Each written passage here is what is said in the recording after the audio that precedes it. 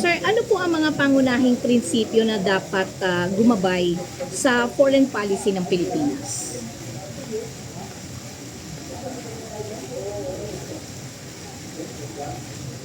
Tungkol po ito sa patakarang panlabas ng Pilipinas.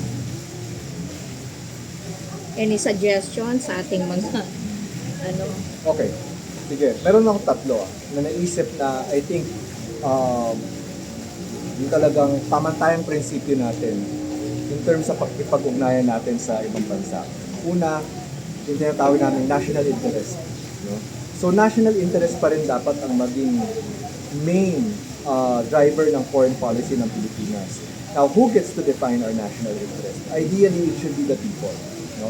Ano ba yung kailangan ng mga Pilipino, ng average one, para mamuhay ng masaya, ng matiwasay, di ba? So dapat nakaakibat yung development goals natin sa foreign policy objectives natin. So yun yung national interest. Pangalawa is it should be a foreign policy of peace, no? It should be non-aggressive foreign policy. We should continue cultivating peaceful relations with as many countries as possible.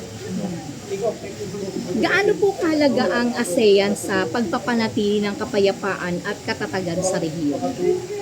ASEAN is an important neighbor for the Philippines. Kasi we are, just like ASEAN, we share common cultural and anthropological connections with our ASEAN neighbors. No? So sila yung nagiging gabay natin on how to deal with the major powers, the US and China. So importante yung influensya nila on how Philippines should conduct its foreign policy. Ngayon po ay ang Pilipinas ang host ng ASEAN. Ano po ang nakikita ninyo sa syempre nangyayari at samantala tayo yung mismong host ng ASEAN for this year. Ano po bang may epekto po ba to sa mga ASEAN countries?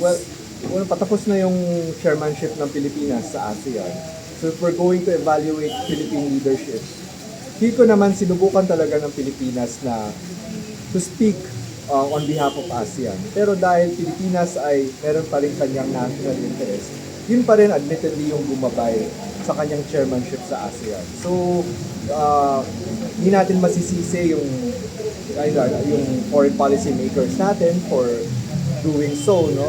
But at the same time, to be a chairman of ASEAN, you have to put the interest of ASEAN countries first before your own national interest.